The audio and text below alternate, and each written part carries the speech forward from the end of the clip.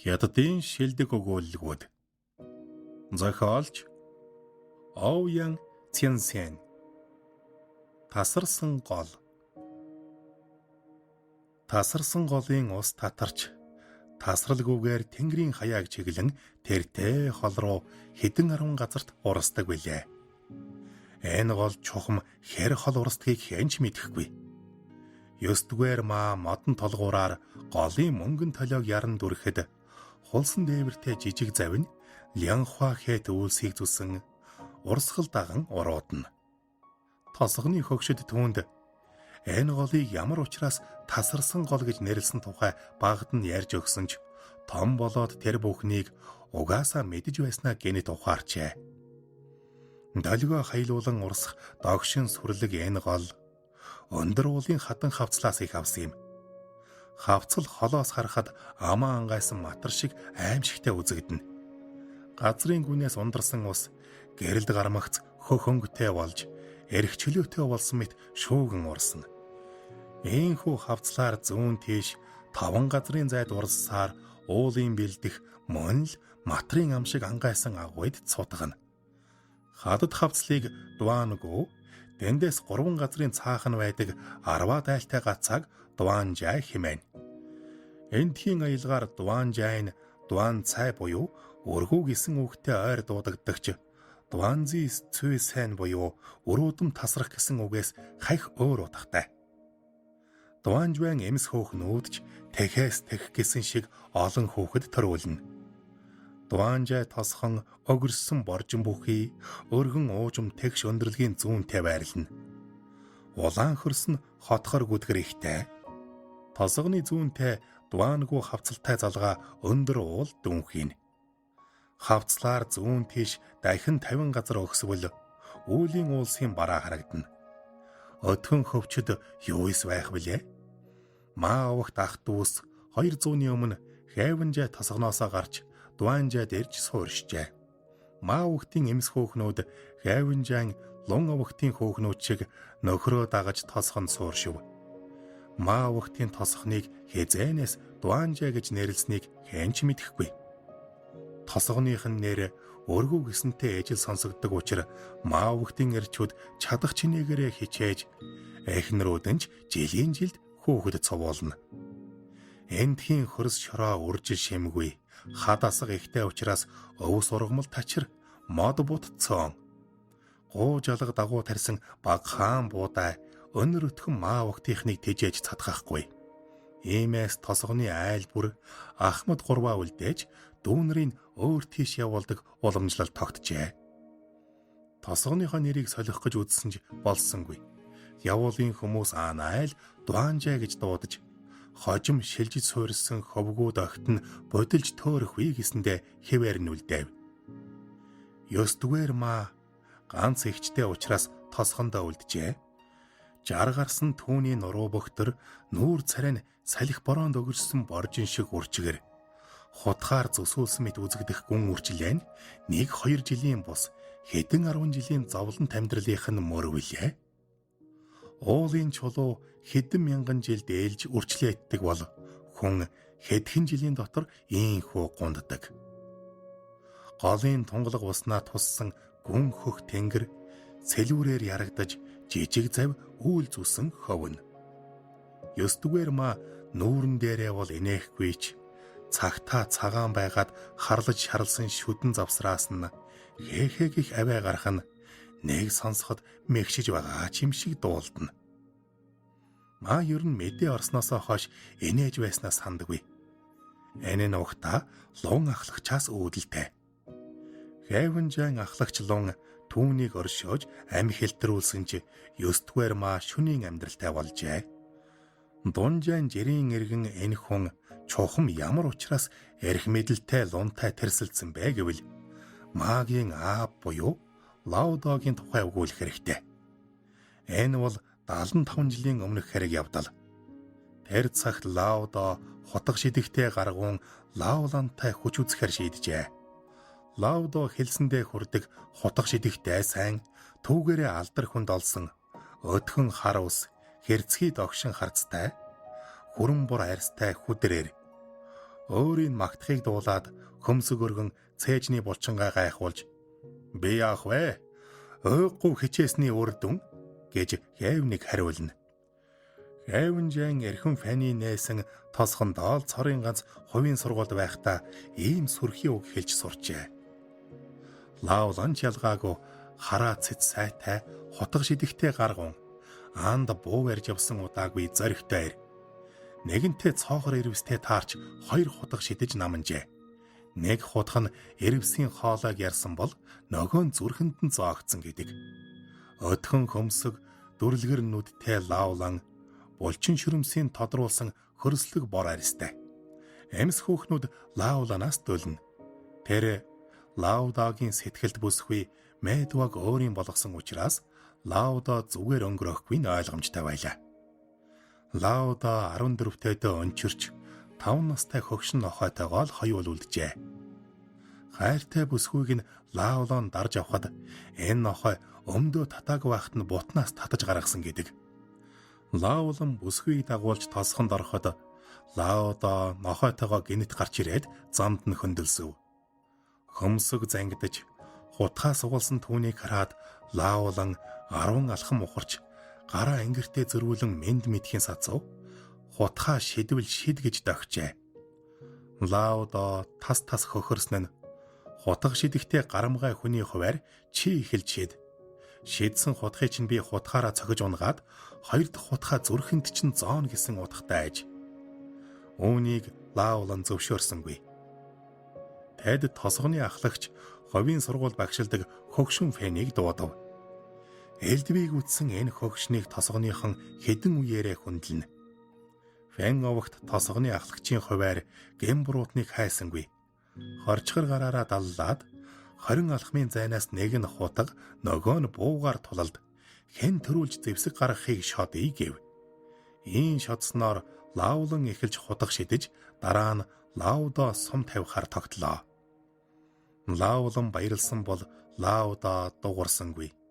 Лаулан 10 алхам холдож гараа урдаа зөрүүлэн Чинжаан гэж этгэлтэй өгүүлсэн нь ганц хутга шидэж өрсөлдөгчөө нөгөө ертөнцид одуулна гэсэн утгатай аж. Фэн ахлагч хутга мэдэхгүй тиймдээч өрсөлдөгч хоёрыг хөдөлж болохгүй гэжээ. Хөдлөхгүй бол хутганаас булдах чадвараа үзүүлэх аргагүй шүү дээ. Ахлагч ингэснээр Лаудог өхөл рүү илгээснээс өөрцөггүй. Лаудо хэдий авхаалж самбатайч хутгаа суулж амжихгүй. Лаудо ам гарахгүйгээ мэдээд хэсэг зуур тайнгэлзв. Халааснасаа өмх мах гарган шидэж өгвөл нохой нүсэрч өмхэд зажилгүй залгаад Лауланыг цус хурсан нүдээр ширтлээ. Лаулан хутганы намтыг үз гэд хутгаа сугалж цээж рүү шидэхэд Лаудогийн нохой боргон хуцаж үхэдхийн унлаа. Хутга эзнээ хамгаалан үсэрсэн нохойн аманд ишээ далдартал зоогджээ. Нохойн амнаас ишэнд нь бэхэлсэн улаан цацаг унжина. Эзнээ эргэж нэг хараад сүүлээ шарван амьсгал хураахад Лаулан гайхсан гэж таймгүй. Хэлэн татсан мэт хөшжээ. Лаудо хутгаа шүүрэх гэтэл фэн ахлагч сум тавих ёстойг нь санууллаа. Шунхны орд ирж байсан англи хүнээс барын арьсаар арилжиж авсан ангийн бууга авч ажуухан өргөөд Лауланыг онлов. Лауда хутга шидэхтэй мэргэн сум тавих тааж цэцэн. Гохоо дарахад Лаулан амьд үлдэхгүй нь лав. Гэтэл энэ мөчөд Медва Лаудогийн хөлд сууж тэврэн өршөөл ирлээ. Лаулан хараал тавьж өхвөлж үхий гэд хүүхнийг элдвээр хэлэхэд Медва тэгвэл хамт үхий гэд урдан зогсов. Лаулан эмэгтэйг түлхэд нохой минь буудаач эр хүн юм бол бууд. Би чиний хүүхнийг өөрийн болгож нохойг чинь чалсан гэж эрсхэн хашгирав. Лауда бууга анилж буулгаад Лаулан чи өглөөс айдгүй юм байна. Айхгүй хүнийг алж юу хийхв? Энэ өдрийг санаж яваарай гэд цус хурсан нүдээр ширвэн нохойгоо тэрвэрж авлаа. Энэ явдлаас хойш 3 он уйлран Лаулан Медо хоёрч ажин түжин амьдарч 2 охинтой болжээ. Хөл хүнд Медва хизээмэдгүй амарчна. Хүүтэй болох нь гэж Лаулан хөл хөөрцөг болж ууланд ан хийгээд харж явтал хүүтэй болсныг дуулгав. Хөөрч догдолсондоо ангаа хаяад гэр өдөөгүй лээ. Гэтэл хашааных нь нүдэнд Лаудо буу анилан угтхан тэр. Лаулан юу хэлэхээ мэдсэнгүй. Лаудооч дуугарсангүй. Толгойг нь анилан зогсно. Бууны сүүдэр уртсаж Лауланы царай цанхийн цайгаад магнай хөлсөн дуслана. Лаудо түүнийг анилсан хിവэр. Лаулан эрмэгч гэлээ сандарч мэгдснээ нэлэрхий. Лаудаач үүнийг алдалгүй анзаарчээ. Буундуу тас хийтэл тэнгэрээс цагаан тоогроо хөсөр унлаа. Лаудо хөмсгөө зангидан мөрөө хөдлөгөж нүдээ анилгаад "Би дөрвөн хөлтнийг бууддаггүй. Фэн ахлагч худаг мэдэхгүй учраас худах шидэх боломж өгөөгүй. Түүнээс биш чамайг аль хэдийн тонилгох байлаа" гэсээр эргэж харлагүй явв. Лаулан гэртээ орж хүүгээ харж хад эргэж гартал Лаудогийн худаг цээжинд нь зоогдлоо. Лаудо түүнийг ёс төртөө оршуулж хүүг нь өсгөн нас бие хүрмэгц хутаг шидэж сургахаар сэтгэл шулуудав. Энэ хүү бол лон ахлагч билээ. Жилийн дараа Лаудо Медваг 2 охин хүүтэй дагуулж Дуанжэ тасханд сууршив. Лон ахлагч 12-тойдоо өөр хүний хүүхэд гэдгээ тосгоныхноос мэдээд 2 эгчтэйгээ гурвал ямар учраас лун авахтаа 5 дүүн яагаад маа авахтайг тэгэхэд ойлгожээ. Лаудо өдөр бүр лон хүүд худаг шидэх эрдэм заана. Хүү 14 хөрмөгц төрсөн эцэг Лауланых нь худаг шидэх эрдэм цухалзан Лаудогийн ур чадварыг төрсөн эцгийнхээ эрдэм чадалтай хослуулан эзэмшив. Үүнийг мэдсэн Лаудо санаа алдаад дуугарсангүй. "Аваа" гэж луныг хэлэхэд Лаудо "Чи яач хичээсэн намайг дийлэхгүй. Дийлсэн ч дийлээгүйч танаас сурсан эрдэм шүү дээ. Тийм ээ. Аваа, би бүгдийг мэднэ. Та намайг өсгсөн болохоор тантай тулдмааргүй байна. Би чиний эцгийг алсан шүү дээ. Гэлээч хутаг шидэх эрдэм тань үүнд ямар ч хамаагүй. Тийм дээ. Ээж та хоёр хүүтэй болсон бол түүнтэй өрсөлдөгсөн" гэж луныг өгүүлэхэд Лаудо дууга хураан бодол хийлсэн ч эцтэй зөвшөөрч толгойд өгчээ. 3 хоногийн дараа лун 2 эгчээ дагуулад Дуанжаагаас нүүж эцэг өвгдийнхөн өлгийн нутаг Хэвенжайд сууршив. Лаудо дагвар хүүгээ төвхнүүлээд эргэж ирэхэд Медва 5 охинтойгоо хооллож сууна. Лаудо эхнэрээ сугандаа хавчуулж арын өрөөний хаалгыг тас хийтэл хаагаад дээр нь гарч баахан оволцов. Ор хөнжлийн ажил чадалтайгаа нотолсон ч эрэгчил нь ахаад л охин төрлөө. Медваг харааж зүхэн Лауланд хүү төрүүлж өгчхөд надад гаргаж өгсөнгүй хэмээн гоморхоод зодоон цохон болов. Эхнэр нь "Та хоёр хоёулаа сайн ирж хэн нэгэн төрүүлдэг жам.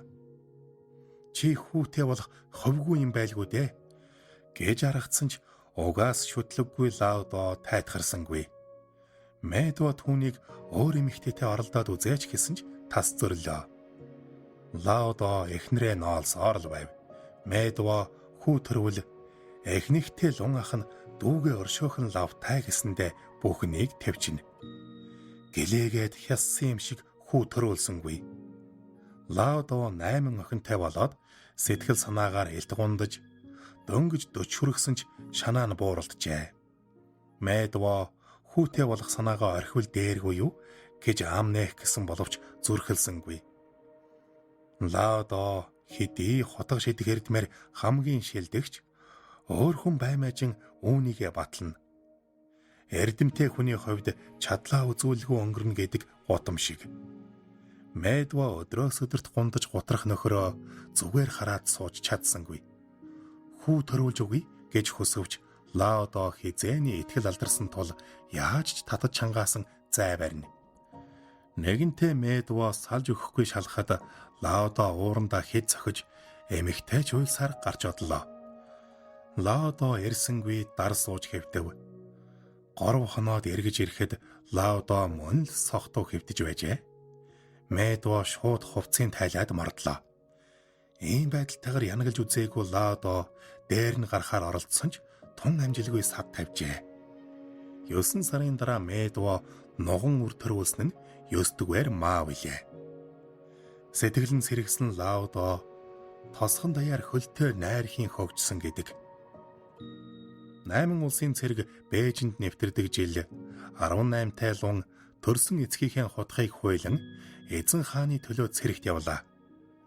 Өвчтөе хэвтэж байсан Фэн ахлагч үүнийг дуулаад "Баатар эр" гэж 3 дуудан лун ахлагчийг 5 юан сууринтай хэлэлдэг Юанзван голын хөвөнөө хүү Сяофаны хамт морьтой гүйцэж очоод нулимс туслуулан салах ёс хийв. Фэн ахлагч өөд болохоос өмнө өндийж босоод хоош харан мөргөж "Эзэн минь, их орон минь сүү ирж байна. Азар ардын баатар гарч биднийг хамгаалах нь" гэж дуу алдаад үхэдхийн онов. Сяофэн өвгнийг түшгээр ухс хийсэн ч амьсгал хураасан байлаа. Тэр ийхүү өвгний орыг залгав. 9-р мааг 12 хүрсэн жилийн өвөл их цас унжээ. Дуанжа тосхон руу хөтлөх зам дээр 10-аад морьтон үзэгдэв. Цас манарган давхих тэдний тэргуунд бараа нүмерэг хийсгсэн хар морьтой эр явна. Тэгэхэд маа хүүхдүүдтэй хамт тосгоны захад тоглож байлаа. Морьтнууд гэрийн үүдэн зогсоход толгойд явсан хар морьд цоройв. Морьноос үсэрч буусан залуу "Аваа, ээжээ" хэмээн өвдөх сөхрөв. Хөгшин хоньны насхав болсон Лаудо морьд янзхаахыг дуулаад нүдээ арай ядан нээж өндийж суухад Медва гүйж очоод 10 гаруй жил уулзаагүй хүүгээ тэрэн гэрээдээ татав. Энэ бүхнийг сониучрхан ажиж байсан 9-р маа ах нь ирснийг мэдээд араас нь гүйлээ. Медва хүүгээ Лаудогийн ханз руу түлхэж "Аавда ёсол" гэвэл лунж "Аава" гэсээр ёс хийжээ. Лаудогийн нүүр гэрэлтсэн ч үг дуугарсангүй. Мааг дууд гэж эхнэртэй дохвол Медва "Алив миний хүү, ахта ёсол" гэсээр хүүгээ дуудлаа. 9-р маа ахта догсон ч ширүүн харцнаас нь далдирч эхийнхээ араар нуугдав. Лаудо хутгаа хуйнаас нь гаргаж үзээд эргэж хуйлан лунд өгвөл цаатхан тосож явлаа. "Намайг алж өшөөгөө аав" гэж Лаудог өгүүлэхэд лун "Аава" гэсээр ухарсан ч "Алив аавыгаа алаач" гэж өгүүлэхэд "Маа миний дүү мөнч гэлээ таны хүү биш" хэмээн дуу алдлаа. Лаудо цусаар ханиаж нүүр нь хөхрөөд амьсгал хураахад лун хутгаа оргиод 3 мөргөв. Медва "Аавыгаа алжглаа шүү дээ" гэсээр өвгнөө тэрэн эхэр татлаа. 9-р маач "Аавыг яагаад ингэж угаан бэ" гэсээр лунг нүдэж чарлна. Лун татвсхийн босвол жаалхуу нусаа татаад ээж рүүгээ гүв. Медва хүүгээ элээд "Дүүгийнхээ тухай яаж мэдэв" гэж асуухад лун "Энэ хутгаар мэдсэн юм" гэхээс өөрийг хэлсэнгүй. Медва 2 хүүгийн хамт Лаудогийн дэргэд 2 хоноод 3 дахь өдрөө арын өрөөнд явж оров. Лун ээжигээ ядраа байлгүй гэж сансан ч төдхөн арын өрөөнөөс яолох дуу гарч гүйн орвол ээж нь цээжиндээ 2 хутга зоогоод амнаас нь цус садарч байлаа. "Ээжээ, ээжээ" гэсээр хүүн Медваг өргөхөд "Эртэй юм" гэж тайван өгүүлээд гараас нь зуурч "Бид хоёрыг төрсөн эцгийнхээ дэргэд оршуулаарай" гэж загив. "Мэдлээ" гэвэл ээж нь эцсийн хүчээ шавхан ханцуунаас нь зураад "Дүүгээ алахгүй гэж амал" хэмээн гуйлаа. "Ээжээ, ээжээ" гэж дуу тавихад "Төрсөн эцгийн нэрээд яахав замын хүн, дүү чинь бие муутай, битгий оролдоорой" гэлээ. "Ээжээ" гэж орилоход "Амлаач" гэд тавьсангүй. "Мэдлээ" гэвэл гараа суллаад эцсийн амьсгалаа татжээ. Энэ мөчөд 9-р маа эхэр татсаар орж ирсэн ч лунг хараад ойртож зүрхэлсэнгүй. Ах нь Ээжийнхээ цээжин зоогцсон 2 хутгийг сугалж цусын нарчаад дууга тад эр хүн ингэж уйлдаг билүү? Уйлаад байвал аав ээжийн араас явна гэж мэдээрэй гэж занаад 2 хутгийг шидвэл маа аава ээжээ гисээр уйлан хайллаа. 3 хоногийн дараа лун морьтнуудаа дагуулan хэвэн жайд очжээ. Сарын дараа Сёфэнд одоо цаг тогтворгүй. Өөмэн самуунтай байна. Хаа сайгүй цэргийнхэн бүх хэрэг мэдлийг атгаж байна. Чи албаа өгснөн дээр гэж зовлов. Хожимо Сёфэн яаж нэг юм хар толгойтойгоо үлдсэн юм хэмээн баярлаж байж.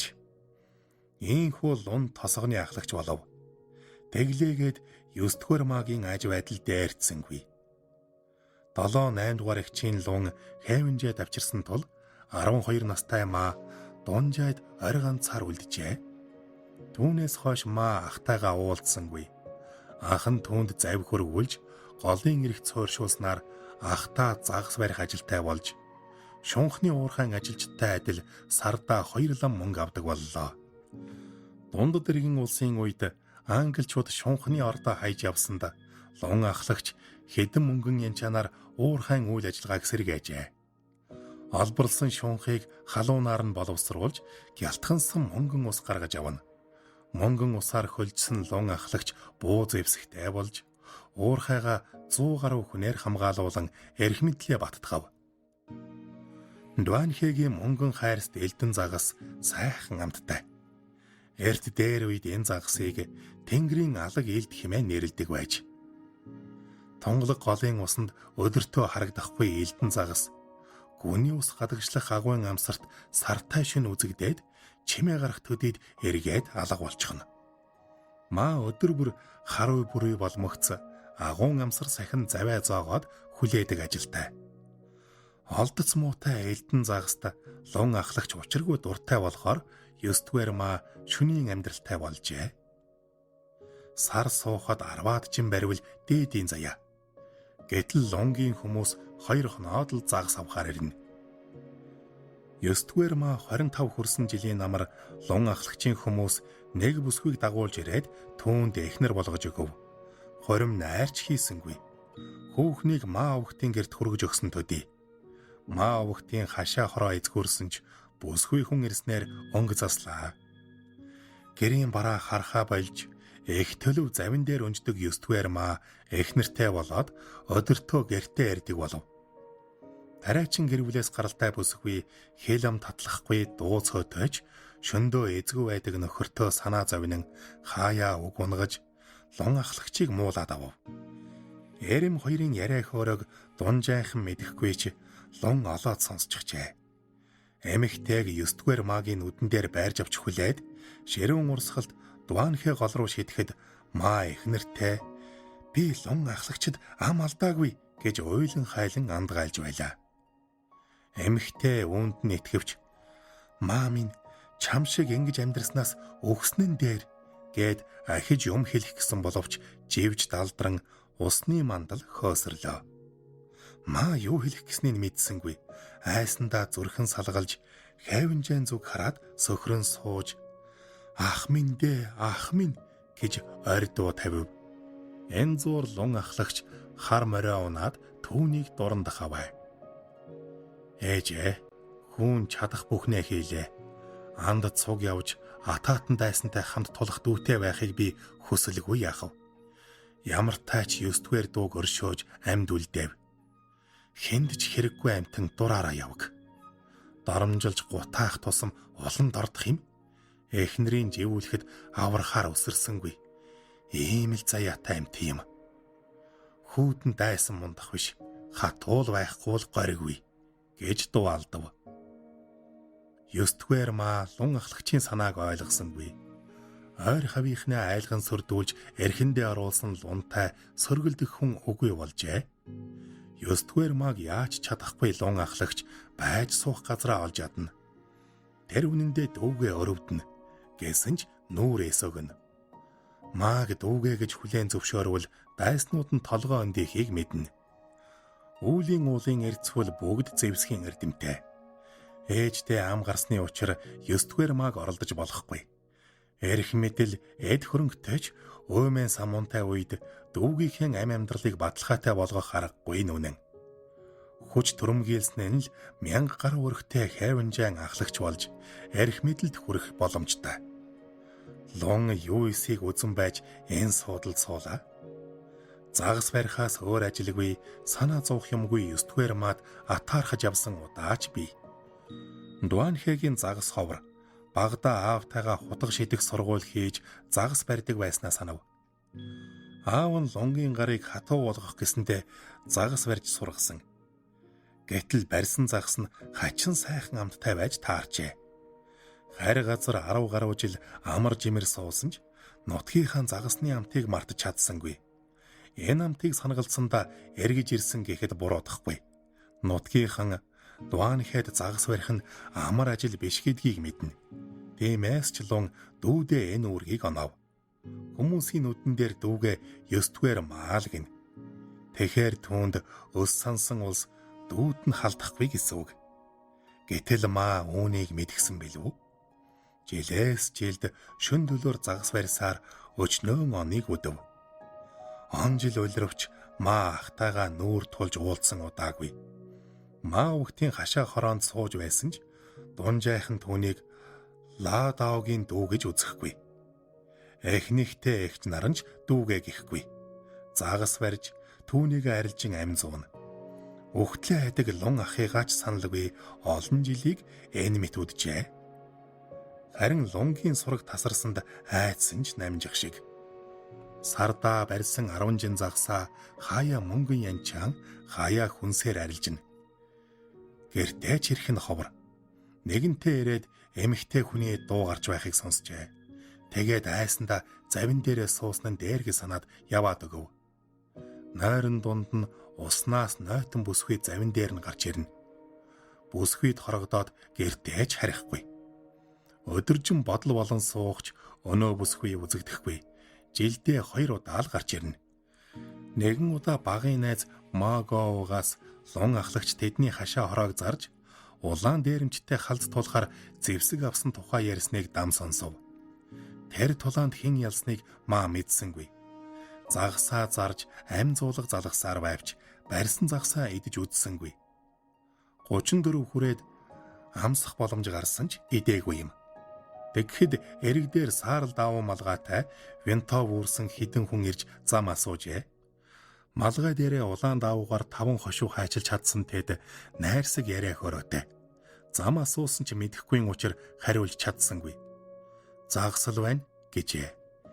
Ирсэн хүмүүс загас аваад чанахад барьсан загас нь тогоон дотор морилзэж байгааг анхудаа харав. Тогоотой бас буцламгцаа хөөсөрч таатай үнэр ханхлана. Магийн шүл засгарч өнөөхөд загас эд гэж дуудсан ч амссангүй. Жингээд явхдаа түүнд мөнгөн янчаан өгчээ. Энчлэн олон жил улирсан ч маа сардаа 10 гаруй жин загсал барина. 40 хүрсэн намар нь мөн л винтов үүрсэн хүн ирж "Чи 9-р маа мөн үү?" гэж асуув. Маа 8 хошуутай хөх цагаан од гялдсан шар малгайтай тэр хүнийг сонирхон хараад чимээгүйхэн толгойд охив. Одын оролд бол ган төмөр аж. Малгайд нь хүрэхэд "Болооч тэнийг юм уу?" гэд гарын цогсон ч 50 мөнгөн янчаан өглөө. Маа айгаад авч чадахгүй дүлгэнж байтал "Даргын тушаалаар өгч байна. Та ёсоор нь гардвал өгөө бол толгойгоо болно гэсэн" гэд хараал тавьсаар мориндоо мордон давхин одлоо. Сарын дараа өөр нэг хүн 30 настай эмэгтэй дагуулж ирээд 200 мөнгөн янчаа нэмж өгөв. Эмэгтэй тэр мөнгөөр нь дунжайд хашаа байшин 2 муу газар худалдан аваад маатай хамт амьдралаа. Жилийн дараа хүү төрүүлж Маалада буюу том маа хэмээн нэрийдэв. 9-р маа шөндөө загас барьж өдөртөө гэртээ онжино. Урдын эхнэрийг бодвол илүү дутуугүй, аж байдалдаа сэтгэл хангалуун. Эрвэл хөөхгүй, эрэхгүй бол араас нь чаргууцалдахгүй гэсэн бодолтой. Лун ахлагчийн тухай ч ам нээхгүй. Харгас хэрцгий ахыхын тухай мэдэхгүй юм шиг царайлна. Магийн анхны эхнэр яаж амиа алдсныг мэддэг бололтой. Он цаг ортоолсоор 10 жил өнгөрлөө. Маа урдын адил загасчилсаар. Загас авахаар ирсэн хүмүүс мөнгө өгөхөө болсон ч маа хоол ундаар дутаж явсангүй. Эхэндээ эхнэр нь зөөдөг байсан бол хэдэн жилийн дараа эхнэрийнхэн зараалаар тосгоны бэлэвсэн эмгэн дараа нь хүү том маань зөөдөг боллоо. 9-р маа 60 хүрч оворсов. Эхнэр нь эрэхэ болж сураг тасраад хэдэн жил болжээ. Маа ч үүнд санаа зовсонгүй. Зүүдэнд нь ирдэг бүсгүйг мөрөөцөөр гол дээр өнжинэ. Жээлд ганц 2 удаа зүүдэнд орох тэрл бүсгүйтэй бие сэтгэлийн жаргал эдэлнэ. Хүн ч үзэгдэхэ байжээ. Ачаад байх нэ том маа өсхийн хэрээр лон ахлагчтай адилхан болох юмсанж. 10 настайч аав шигэ чилгэр нуруу чирэг бийтэй. Нэг удаа хүн хагасаар үзэгдсэнгүй. Харин багада хамт тоглож өссөн Могва ирлээ. Үс нь халзарч 10-аад чин будаа даманжээ. Түүнтэй олон жил уулзаагүй маа. Чи яагаад халзарчихдаг вүлээ? Химэн гайхширвал. Шунхны хөдөр шатаасаар байж хордсон бололтой. Өөр яав гэж. Шунхыг шатааж мөнгөн ус гаргаж авдаг. Мөнгөн ус хортой.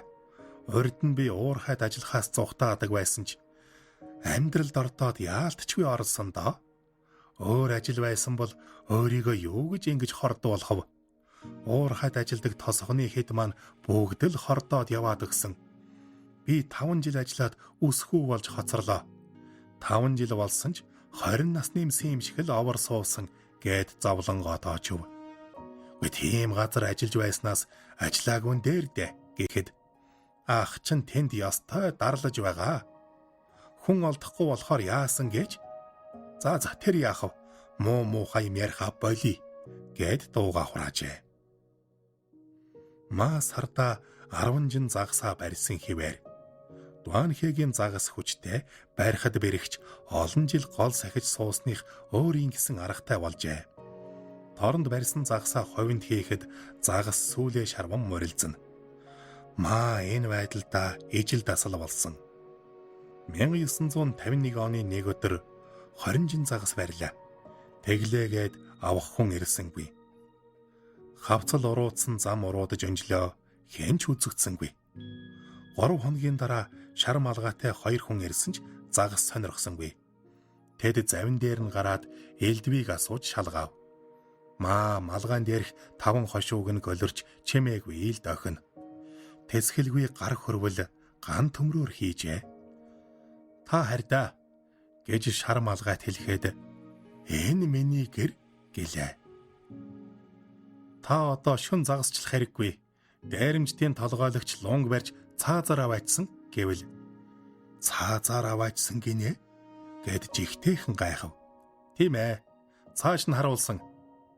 Та нар миний ахыг алчихсан хэрэг үү гэхэд ах чинь юм уу гэж байна. Тийм ээ гэтэл та шудрах хүн юм гэсээр завнаас бууж маагва гэртээ харь. Одоо шөн дөлөөр загас барих хэрэггүй болсон гэд яваад өглөө.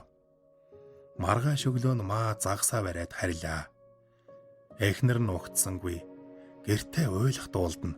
Хүүн аваа загсаа бүгдийн чанаад идчихье гэхэд тэгдэ бүгдийн чан гэвэл том маа инээд алдан загас чанахаар орлоо. Маа саруулхан тасалгаанд орж энэ манайх юм гэж юу? Сайхан айл байна. Эхнэр яагаад уйлж суудаг вэлээ гэж бодсон ч ам нээсэнгүй.